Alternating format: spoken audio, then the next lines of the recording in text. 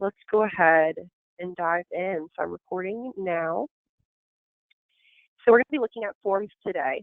I mentioned, I think previously, this is a little bit more robust, but we can do so much with our forms. So it's really, really cool. Don't feel like you have to know exactly how to create a form when we walk away from our training today. My biggest goal is you knowing what our forms can do. So like later on down the road when you're ready to create one, you can go, oh, member type pricing. I know Adrienne said that we could do that. I just don't remember how to make it happen. And you can just call into our help team. But at least you know that that's a function you can take advantage of. Okay. So we're going to just start by working under our Forms tab and then Forms list. This is the only place we can access our forms, so that makes it pretty easy on us. When I dive in here, this is exactly where we're going to be creating these forms at. This is just a form list. All forms will be held in here. A couple things I want to review with you before we create a new form together. So we've named our form names. A form ID has been given to them. We'll be able to click on this number once members start taking the form. So instead of seeing this kind of blacked out 0, you'll actually see how many people have registered or taken the form. You'll be able to click on it and see individual form submissions. Now for an event, you can also select a view registrant, and that will also show you how many people have registered. The difference between the form submissions number and the event registration view registrants link is if you have an event, the biggest difference to me anyways, is if you have an event and you're allowing guests to register for the event, that number for the guest registrant is not going to be in total or included in the form submissions number. So if I registered for your event and I'm bringing my mom and my best friend and my dad, it's only going to show the number 1 because it's only including me. It's not including my guest. But if we go into the view registrants, it's going to show me, my mom, my dad, and my best friend in all of our information. Does that make sense? It makes perfect sense. Awesome. There are some, you can also run exports from these 2 different areas, and you can gain a little bit of different export information, but to me, being able to see exactly who those guest registrants are is the biggest difference. So right now, these forms are unpublished. If I wanted to publish these, I would just double click on these unpublished red bars, similar to like when we did our content training. If I wanted to unpublish them, I can just double click on the green published. You'll see right now that we can delete these forms. However, the second a form submission is submitted and completed, you will no longer be able to delete the form. The reason why is because our forms can collect information on your members, and it'll store that information in your members' profile. If we deleted that form, we would lose all of that information from your members' profiles. So we just totally take away the ability for you to delete the form to make sure you're not accidentally mass deleting information. So in similar to that, we have this edit button as well, same concept. So we can edit any form at any given time, even if form submissions have been completed. However, once the form submission has been completed, you're limited to what you can edit. So if you're playing around and asking for somebody's birth date, and then you realize after somebody's taken the form, you're like, we really shouldn't be asking this, or we really don't need this information, you're not going to be able to go back into the form and delete it. Because once again, our forms are just trying to prevent you from mass deleting information. However, if you realize that there are a couple of fields on a form that you really don't need to collect from your members anymore, instead of starting from scratch, you can always just copy that form. Copying the form is going to literally copy verbatim what was in the form previously, but it doesn't have form submissions tied to it. So at that time, you can delete fields you no longer need, edit the fields you have to read other things, kind of so on and so forth. Does that make sense? It does. So let's say that I do exactly that and copy a form. My original form is named membership application, but I've decided that that application is no longer the one I want to use. Can I change the name of it so I can make it membership application old or something like that? So that my new form, okay, super.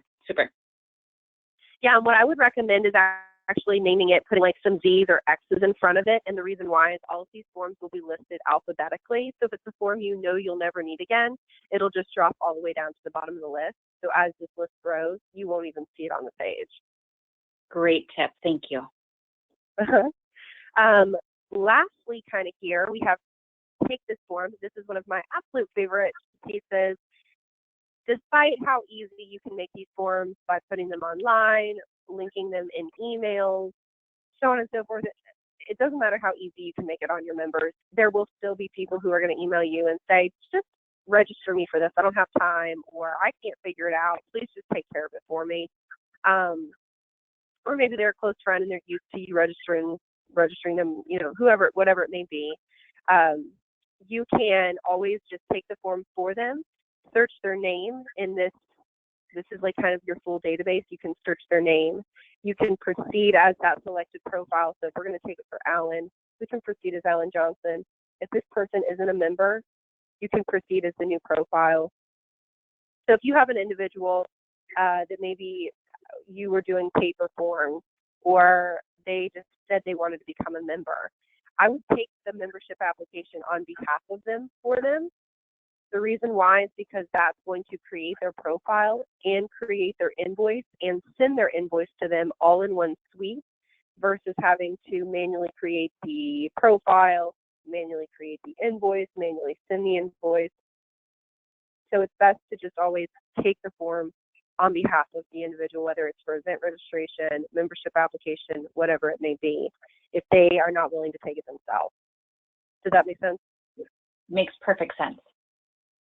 One thing, a little secret tip, there's this checkbox down here in the bottom left-hand corner. So let's say somebody emailed you on Monday, you don't get to it until Wednesday afternoon.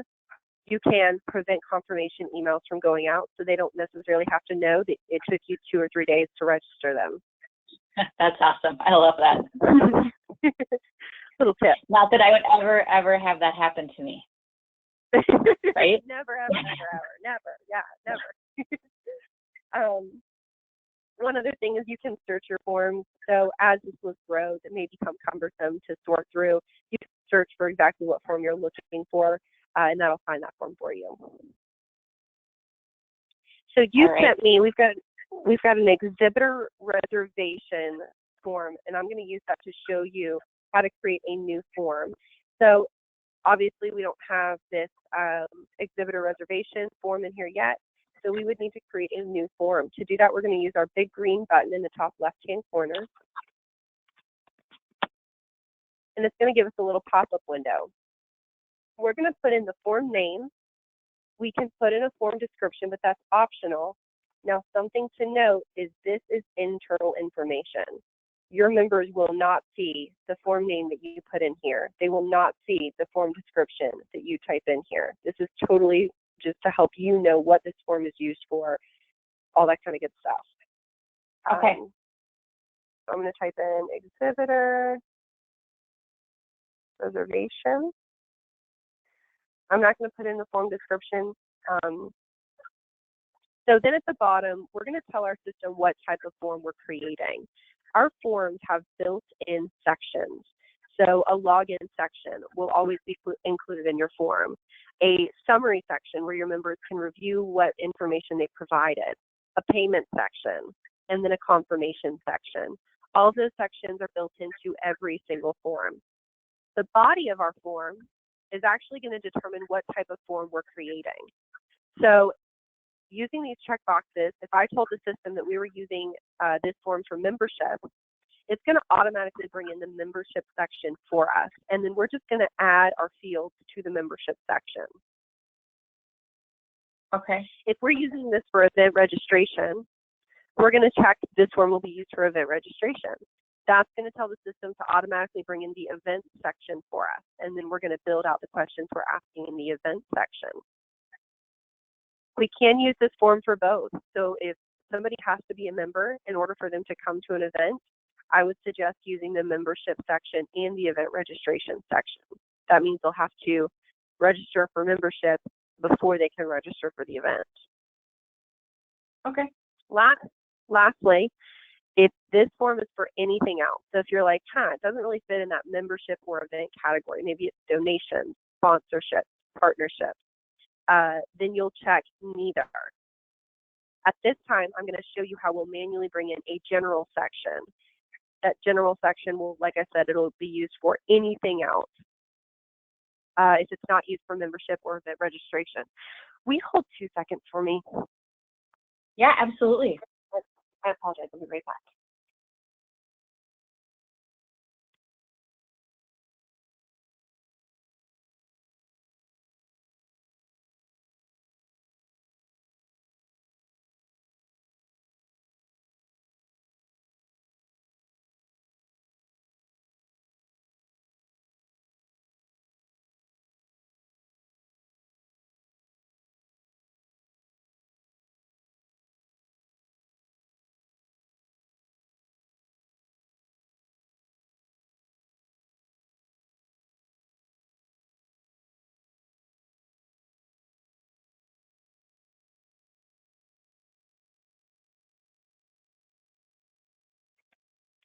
Hey, I'm so sorry. Are you still there?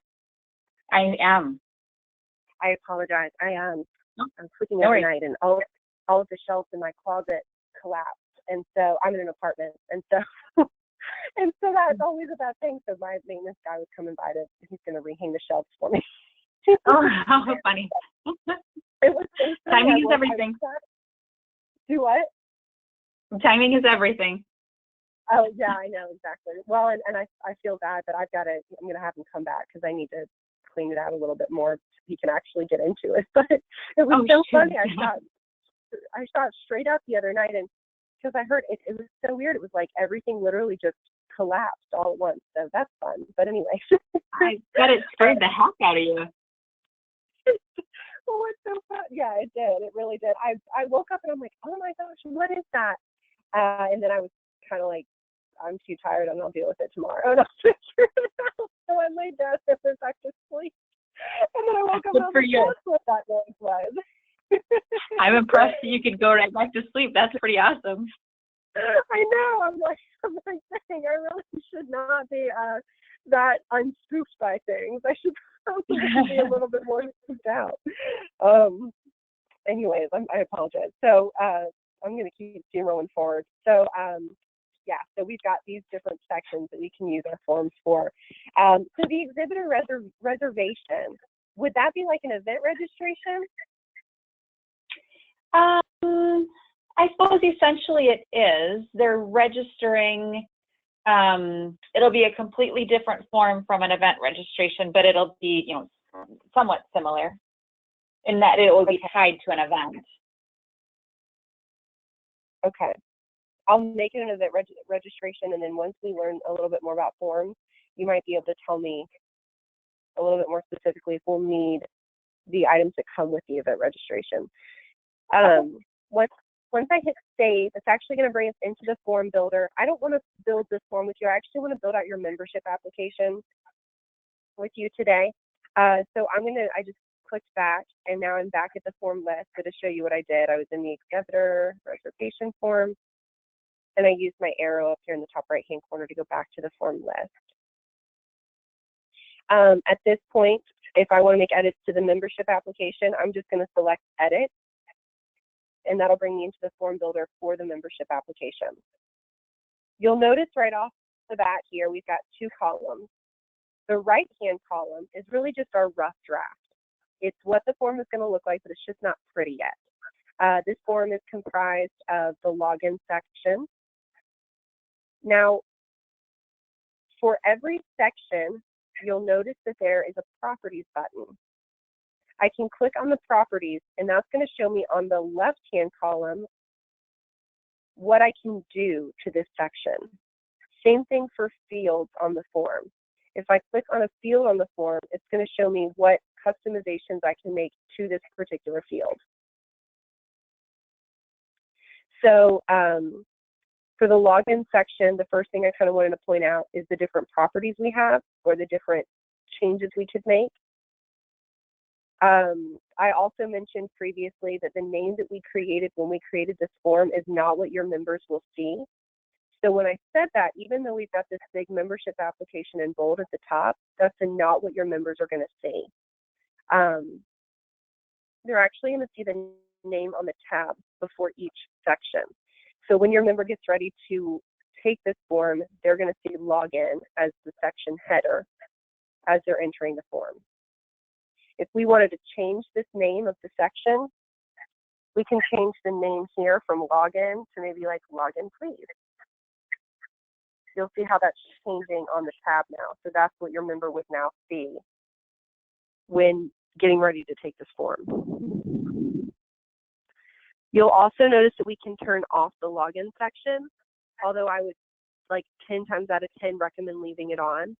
The reason why is this kind of works in two directions. The first, this is how the system recognizes the member, takes the information you've collected in the form and saves it in the member's profile.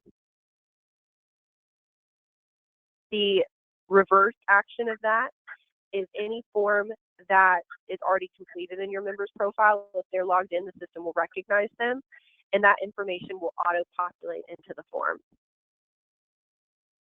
Does that make sense? Yes, it does. Okay, so that's why we really want to leave the login section on.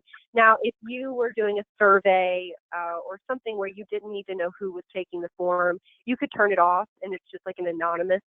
Another time that I've seen people turn this login section off is sometimes individuals will put a form on their contact page, like contact us, and it'll give them like, put in your name, put in your comments, put in your questions, and then it can come to your email.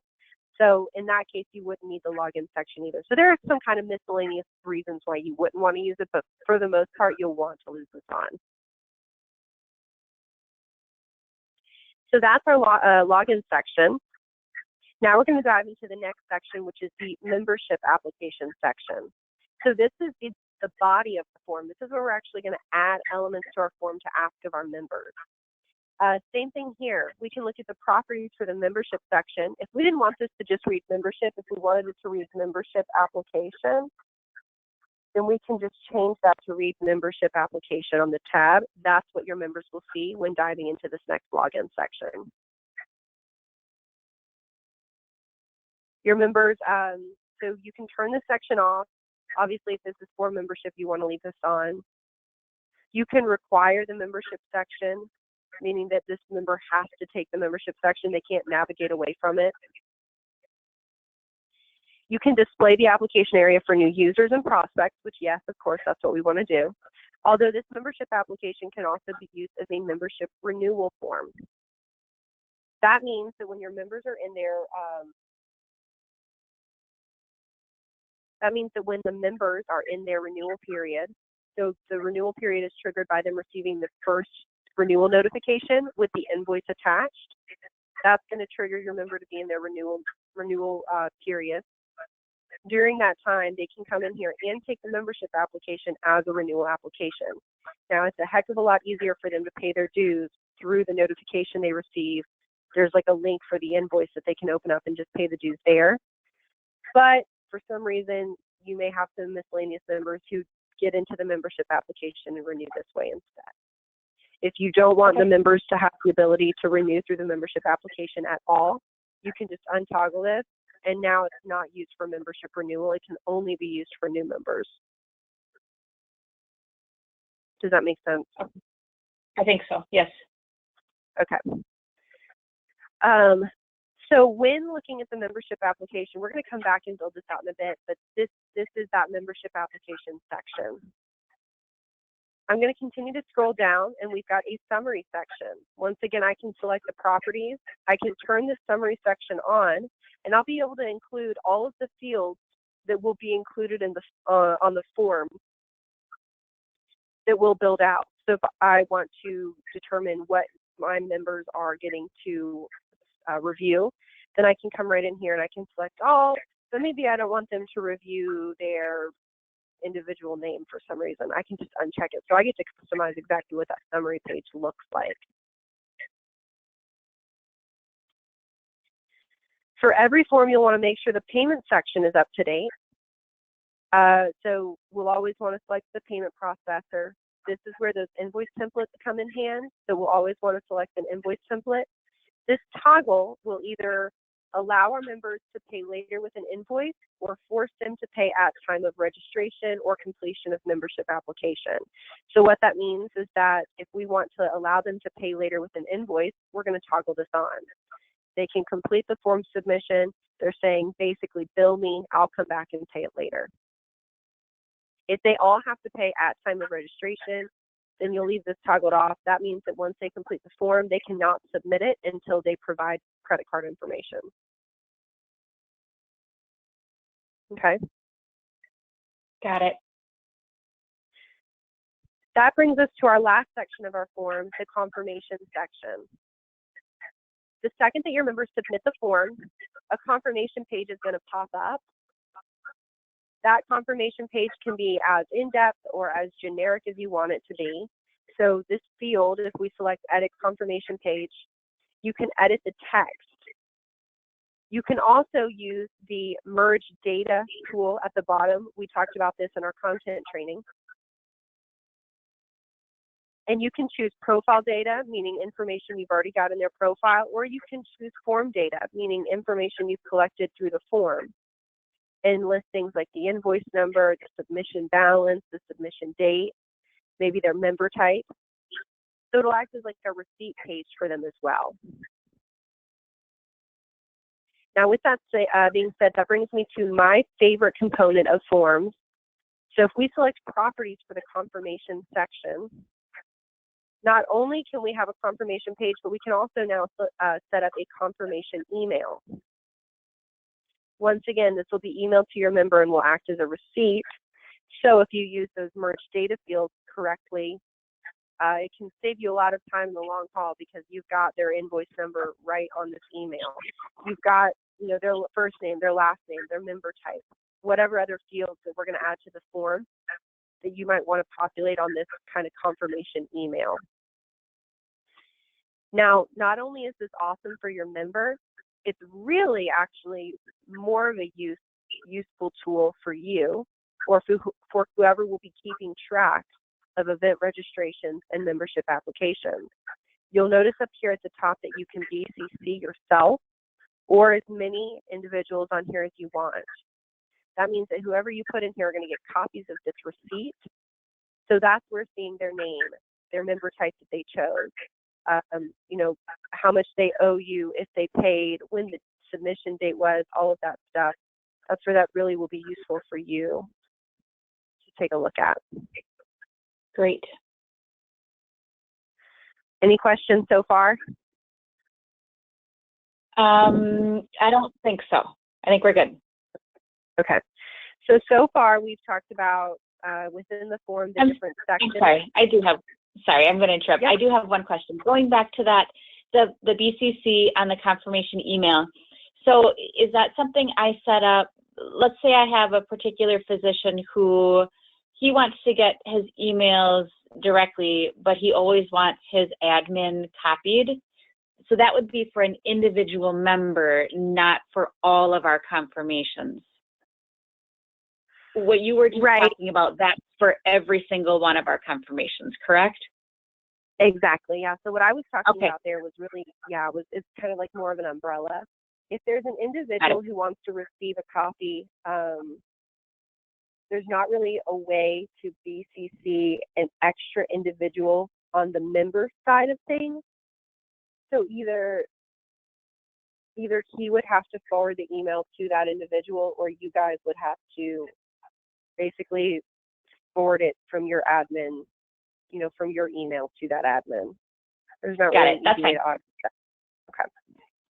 Okay. Anything else? No, sorry, I didn't mean to interrupt. Go ahead.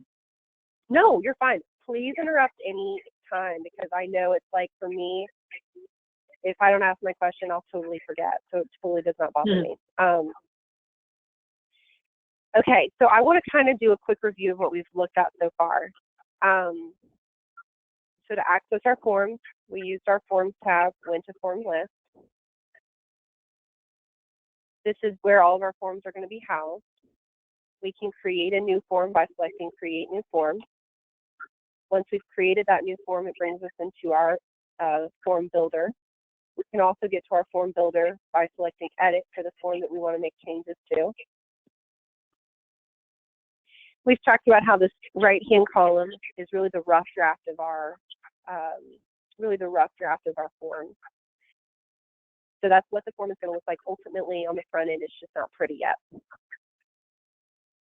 We've looked a little bit at the left column so far. So we've talked about how you can select properties for every section or any field on the form.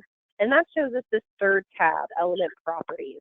So this shows us specific customizations we can make to those specific fields on the form or sections on the form. We have not looked at form settings or add form elements yet. So we're going to go ahead and look at form settings together. While element properties is for individual sections or fields, form settings are things that will apply to the form as a whole. So earlier you mentioned, what if we don't need to use a particular form anymore? Can we call it, maybe membership application old, or I suggest to put some X's or Z's in front of it.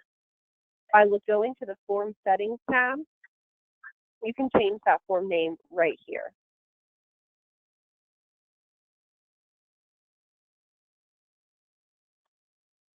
Same thing for the form description. Whatever you put in that form description when you created the form will populate in this box here.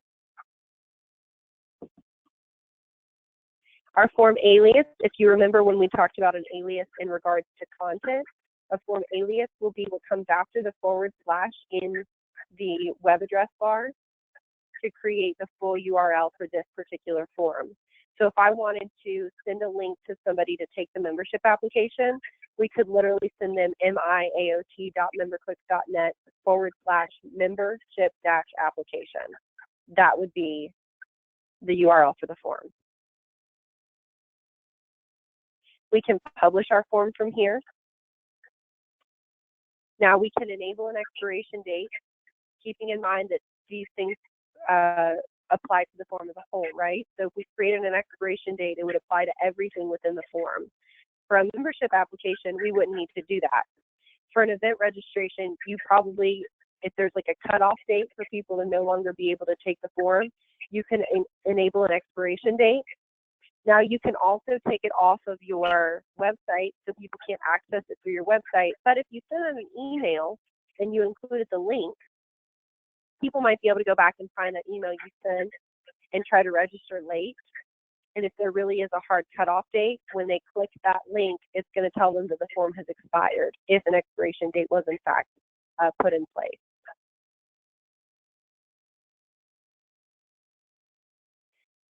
Permissions, so permissions in this instance has to do with what member type or what group can see this form as a whole. So right now, anybody can see this form. It really doesn't matter.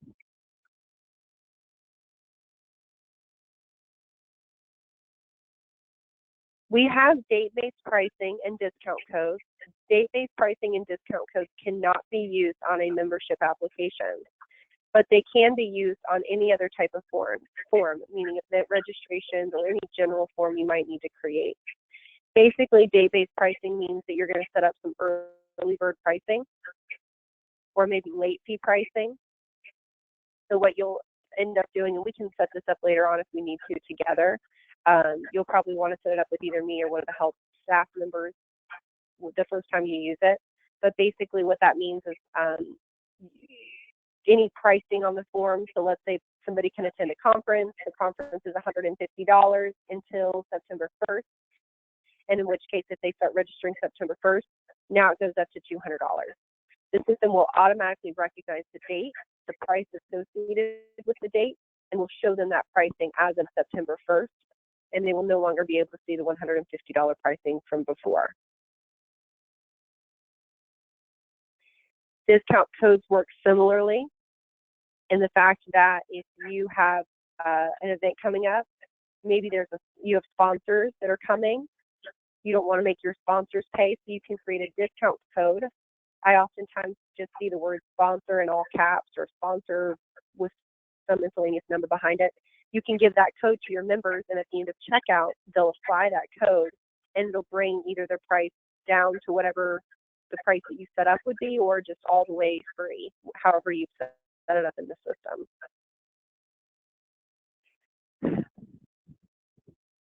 The last piece of this is the forward URL. So I talked about how at the end of your form, you'll see a confirmation page. Then you'll select finish. When you select finish, by default, you'll go back to the home page of your website. If you want your members to be redirected to like a page of maybe more information about the event or a page about your membership benefits, you'll put that URL down here at the bottom. So instead of going back to the home page, they'll go to whatever link you've supplied in the forward URL bar. Got it. Any questions on form settings? Nope, I don't think so. It's pretty clear. Okay, good. Awesome. So the last piece really for us to talk about is adding form elements. We're kind of we're grooving through this pretty quickly. Adding form elements is how we're actually going to build out our form. So we can't add form elements to the login section. I mentioned earlier, the only sections we can build our form out in is either the membership section, an event section, or a general section. Right now we're using our membership section. If we wanted to start building this out, I can look at your, I have your, here we go.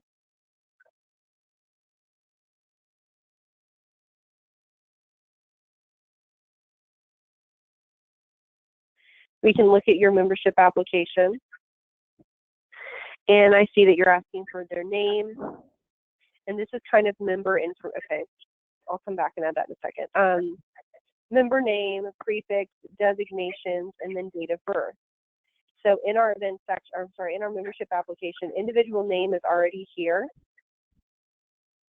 but we might want to add, and that includes prefix, we might want to add a designation. So built-in and custom attributes are what I created based on your database. Did you have designations in your previous database? We did. I think that Designations is the same as degree. Oh, perfect. So we can just grab, so I know the degree isn't a built-in attribute. This is something that I created custom for you guys. I'm just grabbing and dragging into the form. And it looks like we're going to need to probably clean this up a little bit. Yeah. Which is no problem, but you'll notice the second I drop this form into this field into the form, it's brought me back to the element properties. What customizations can I make per this field? If I didn't want this to read degree, if I liked how this was called designations before, then we can change the label name. When changing the label name, we always want to make sure we also update the export name. The reason why is because we have the ability to export these forms. The export name is going to be the column header in the export that we might retrieve from the system. So if we don't update the export name, it may still just read something really generic, and then we don't really know what that information means in our Excel document. Now, I created this designation as a drop-down because it's almost impossible to search by text box in our system. However, it's really easy to search by designations in the system. Are you okay with it being set up like this? Yes, definitely. Okay, cool. Now, you'll never remember all the customizations you can make per element on our form. So what I like to do is the second I drop in my field, I like to look down and say, okay, I've changed the label name, we've changed the export name. Is this required? Is this field required? Yes. Then we'll toggle on required. You'll notice that we can also make this a price field. I'm going to come back and talk to you a little bit about what that means later on. We can edit our group permissions, meaning if you don't want to collect this information on retired members, then you can just uncheck retired. Maybe retires aren't going to have a designation, which they would, but just showing you that if this isn't something that would apply to this specific member type, you can uncheck them and they won't see the field when they take the form. Got it. So one thing that I'm noticing here is it looks like this needs to be multiple select, meaning these individuals can select multiple designations if they need to.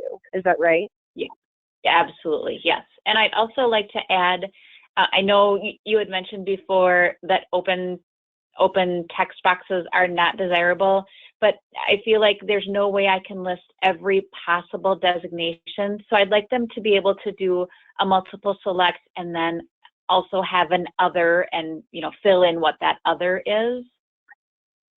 Absolutely. Is that the best way to handle that? Okay. It sure is, yeah. So the way that, and this is a great kind of like way to show you relationships between forms and attributes. So built-in and custom attributes, if you think back to our database training, are feeding from our database and attributes tab. So I noticed that you want to collect prefixes. I'm going to go back into our name and turn on prefix.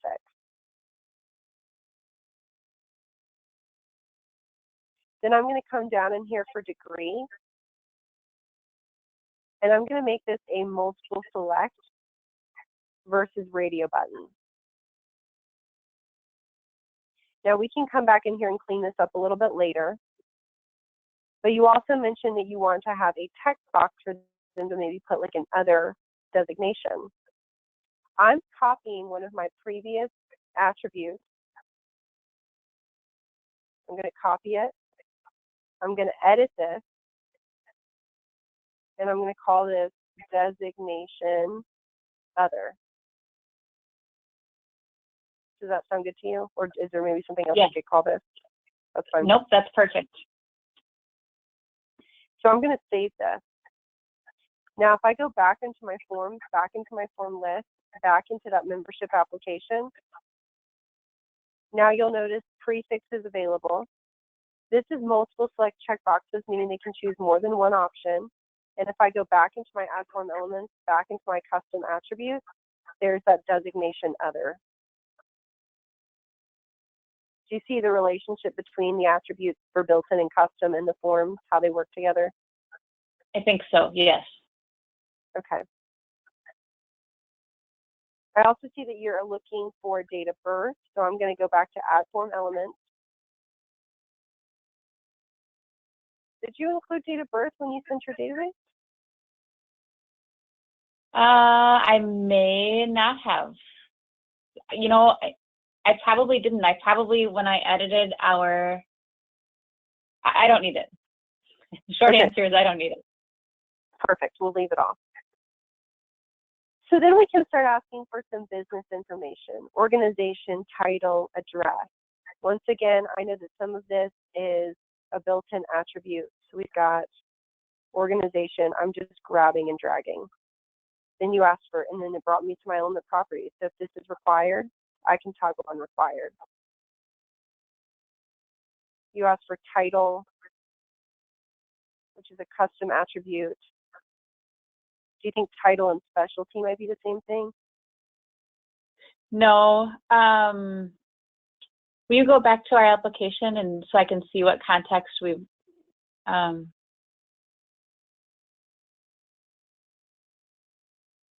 That's an odd field. Sorry, applications are something I don't look at all that often, I guess. Organization, title, address. Let's leave that off. Okay. What about address, work phone, work fax, work email? Yep, I definitely need those. Perfect. So I know that address is a built-in. I'm just grabbing the address field and dragging in. Now we've got a home, and then we have a secondary. Maybe instead of home, this should be professional or business address. Yes. Probably same for phone. I bet you we've just got, okay, we've got home, work, fax, but instead of home, I think that, well, on your membership application, you have work, fax, work. You've only got two, work phone and work fax. We can, so see how these drop downs let me make this not available? Oh, yeah. Yep. or I can use these drop downs and make them required. I also know I need to add email, so I'm going to go back to add form elements and add email. Once again, this reads home, so we really want this to read, it sounds like work. So I can go back into my database, back into my attributes. Address needs to be changed from home to work. Email address needs to be changed from home to work. Now when we go back to our form, we'll see these updates. Does that make sense? I think so. Can you show me one more time, how did you get to that attribute page that you were still on, or that you were on before? Yep, just database, attributes. Got it. Okay. Couldn't be simpler. And then, yep, this allows you to make edits to the built-in. This allows you to make edits to the custom.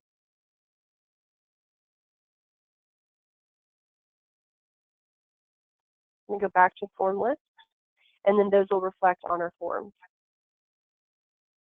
Now, I don't want to continue to use your time to build all this out, so I'm going to complete it, and then I'll send you the completed and let you test them, which I'm going to talk to you before the end of our training today about how you can test these forms.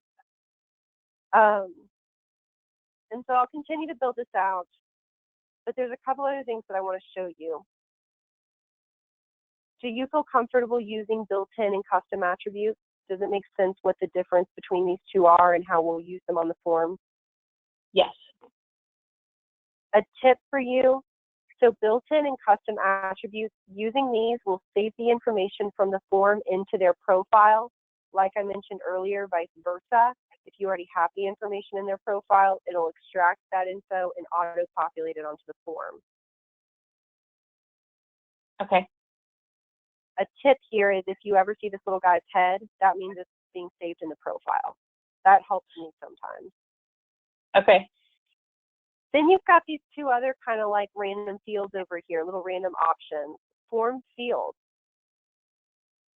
The reason we would want to use a form field is if we want to collect information that we only need for the form submission, not saved in their profile forever and ever.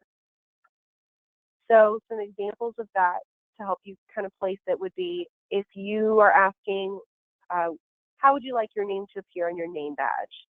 You might need that for a conference. You don't need that name that they want appeared on their name badge. You don't need that in their profile forever and ever because they may change it the next conference they come to. You really only need it for that form submission. Okay. In that case, you would use a form field. It's saving it in the form submission, not saving it in their profile. Some other examples would be if you're having a luncheon and you need to know what kind of sandwich they want to have, veggie, ham, turkey. You don't need to know 10 years from now that at the 2017 luncheon, they wanted a ham sandwich. So you don't need that saved in their profile. You just need it saved for the form submission so you can tally what lunches you need to order for the luncheon.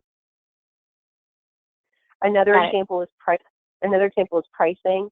You wouldn't need to know that they paid $50 to come to your luncheon forever and ever. You just need it for the form submission so the form can make the invoice for you. So I'm going to walk through using these different form fields and kind of show you the differences between these. Some of them are super intuitive. I use these same fields when I created your custom attributes on that attributes page that we've been toggling between. So country is literally just a drop down of all the countries. If you wanted to change this to like, where should we have our 2017 conference? Maybe you get to go international with it. Then this will give them a drop down of the different countries that they can choose from. You can make this required. You can allow them to choose multiple selections, meaning they can choose more than one country. I've never seen this field used, but we have it. So, gotcha. Something that might be more applicable: a date. What date is best for us to have this year's conference? When they click in this box, it's going to pull up one of those mini calendars. and they'll select the specific day of the month that they might suggest. So I use the same field when I use the date field when I created your birth, or if we created a birth date, I would have used the same field. We didn't end up collecting birth dates, but if we had, I would have used the date field, but I would have created it in the custom attribute section, not as a form field, because that's something we would want to save in their profile forever. But if you need to collect a date, like for this example, you don't need it in their form field. Golly, you don't need it in their profile forever. You just need it in the form submission. Got it. File is literally just going to allow them to upload a file. So you could say, please upload your resume. Always making sure we update our export name. Image. An example of that, please upload your headshot.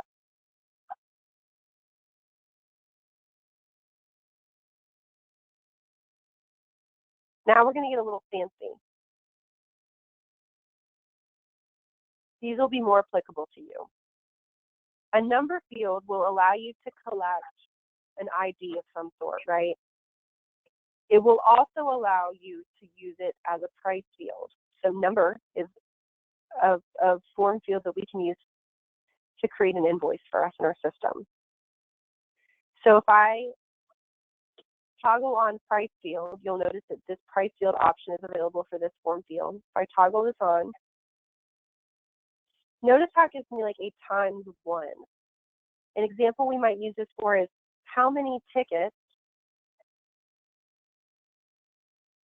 do you need for this year's conference? If each ticket price, so I'm going to scroll down on the left-hand column, if each ticket price is $25, if I type in the number 5, I need 5 tickets, it's going to do 5 times 25 to give us the line item on the invoice. Okay. The flip side of that is you can also use this as just a currency input. Most often times I see this used for donations. How much would you like to donate? It's just a blank box and they can put in however much they want to. So in that situation, if you would like, how much would you like to donate? And you wanted to make some suggested amounts, would you? If you wanted to make, I'm going to show you in just a second a different field that we can use to do something like that. Okay. Now, one thing before we move forward, I want to show you is anytime you are collecting money on a field within a form, you need to make sure you're telling that money where it's going and how it's being processed. So you'll notice there's this edit payment processor and revenue account. I would have to say this is the #1 step that is skipped in form. And a lot of times I get phone calls with people saying, where is my revenue going? It's not assigned to a revenue account. It's in an unassigned revenue account. What do we do? The reason why is because they did not do this last step. So we're going to edit the payment processor and revenue account. We'll always need to make sure moolah is selected. The invoice line item is how the invoice line item will read on the invoice. So you wouldn't want it to just read number. You might want it to read donation. And then we would need to select a revenue account. That tells them where to filter. Okay. Now, I'm going to go back to add form elements, and I'm going to continue down. So to answer your last question, selection set can also be used to create an invoice. So you could say, how much would you like to donate?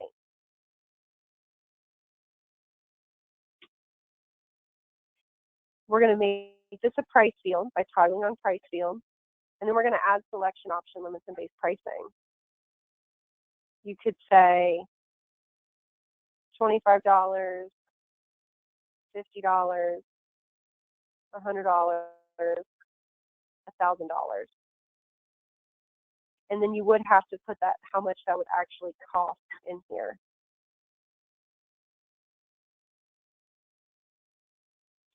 Okay, so where you are right now, so instead of on the left where you said 25 and then said 25 again, I could instead say silver level, gold level, something like that? You're good. Yep, that's exactly what I was about to say. Awesome.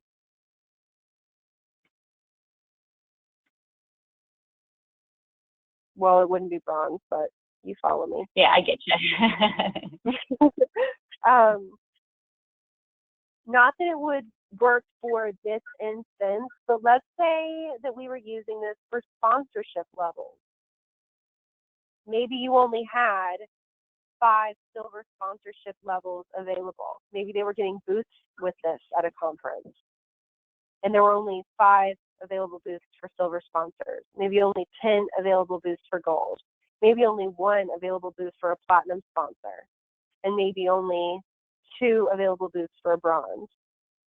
What that means is that once silver is selected 5 times, it's grayed out, so it would not be able to be chosen again.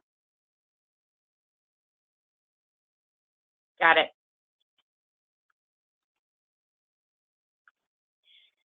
Once again here, and like I said, you're really just, your best bet is just anytime you add something, work your way from the top to the bottom. Just make it a habit.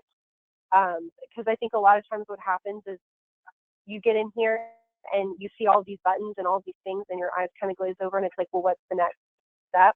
And I don't know what to do, which is exactly what I did when I first started learning how to use our forms. And if I forget, I always just have made a habit to start at the top and work my way down. So if this is required, we can toggle required. If it's not, we would leave it unrequired. We've already set up the selection options and base prices. Oh, look, there's this cool member type pricing option. So let's say if I click in this big white rectangle, all of your member types drop down. Maybe retired members, if we added a column, maybe it's a little bit more expensive for them if they wanted to be a sponsor or if they wanted to donate. So maybe the silver level for the retired is actually $50. Gold is actually $100. Platinum is actually $500. Bronze is actually $2,000. This is a pretty silly example, but hopefully what you're seeing here is that means that if I'm coming in to donate and I'm a retired member, I'm not going to see this base pricing. I'm only going to see the pricing that you have set up in the member type pricing for my member type. Got it.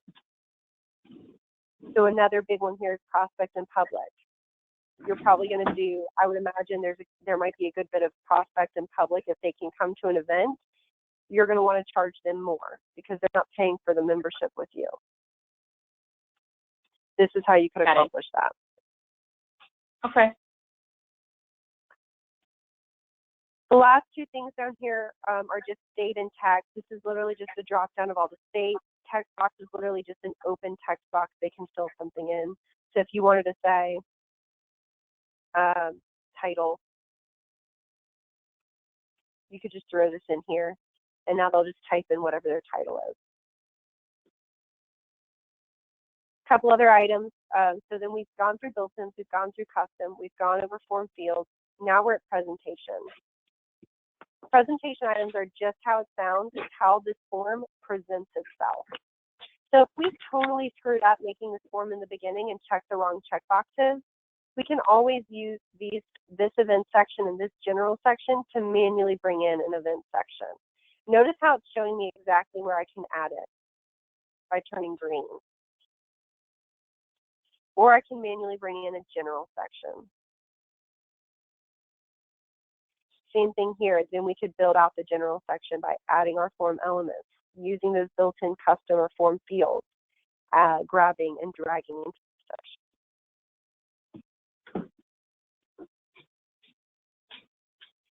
Some other items in here is just a horizontal line. It's literally just a horizontal line that you can use as a separator. A label is if you ever need to add some type of description or direction. So I noticed on your membership application, you had a label like right above, I think, the work information, and it was called like professional information or something like that. And I'll come back in here and edit this. But we can use this as like a header or let's see, like a header for that next section. Thank you, for that next section that's coming up. Got it. Page break is, these are usually built in, but if you have a general section that you're building out, you might want to add them in, especially if you're asking a lot of questions, such as in a survey.